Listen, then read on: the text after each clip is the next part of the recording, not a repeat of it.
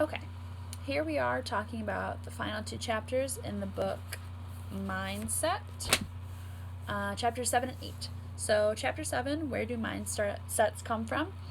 My summary.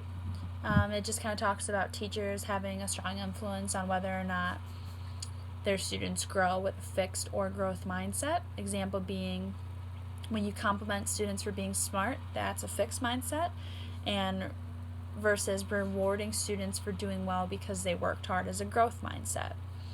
The quote that I chose was from page 186, and it says, "Another way we know that children learn these messages is that we can see how they pass them on." I chose this quote because that really is a way to know whether or not the things you say or do when teaching someone is having a lasting impact on them. For example, I can imagine myself doing this when I was little, listening and then taking that and going from that and then helping other kids out around me, versus now when I'm older and I see the satisfaction of the kids that I help now and them going and doing that. So just knowing that older people who have taught me have seen that satisfaction and now I've seen it. My reflection, a time when I was faced with a person who held power over me was my college softball coach. I believe that he has a fixed mindset because it's kind of whatever he says goes, and he doesn't really take into account any other sides of the story, because he doesn't want to believe it. I've tried numerous ways to try and change his mindset, but of course none were very successful in doing that until one day I went into his office and laid it all down, cried, hyperventilated, and then we actually kind of had a common ground, so we got somewhere. From then on, I feel that our relationship is better than it was, but it's still not the best that I had originally hoped for when going into my softball collegiate career. And chapter 8, which is changing mindsets. The summary. So in the end, DeWeck just kind of emphasizes that you can change your mindset from a fix to a growth, especially with kids and adults. They find their way with using their abilities to grow and things like that. The quote that I chose is from page 224, and it says, "When people hold on to a fixed mindset, it's often for a reason. At some point in their lives, it served a good purpose for them."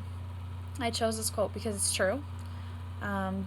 People become fixed on something because it's how they coped with an issue or anything like that, and that's what they learned. But eventually in life, you need to realize that you're never going to grow as a person unless you change your mindset first and believe that you can grow in your body and mind altogether. For my reflection, the way that I would fix this toxic culture is through change. The chapter 8 is a lot about change. The only way to fix a problem is to take the proper steps in order to fix it altogether. So first you have to identify the problems that are arising. So it said that morale is low, objectives are out of reach but must be met, staff is disconnected from leadership and each other. So I said that the book first you have to identify the problems and then you have to weed them out. So you kind of have to focus on them and go from there. Find simple solutions on how to fix them and then go one at a time. So the book talks about mindset and willpower. So depending on your mindset, assuming you are trying to change, you'll have a growth mindset. You then use your willpower to make the change and make things right.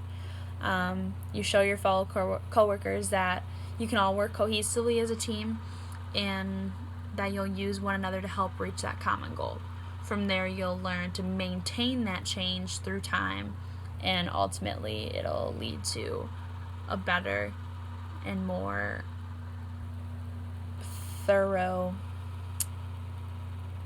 organization that you're working with. So everyone's just on the right page and has the willpower and mindset to do what they want to achieve. Thanks.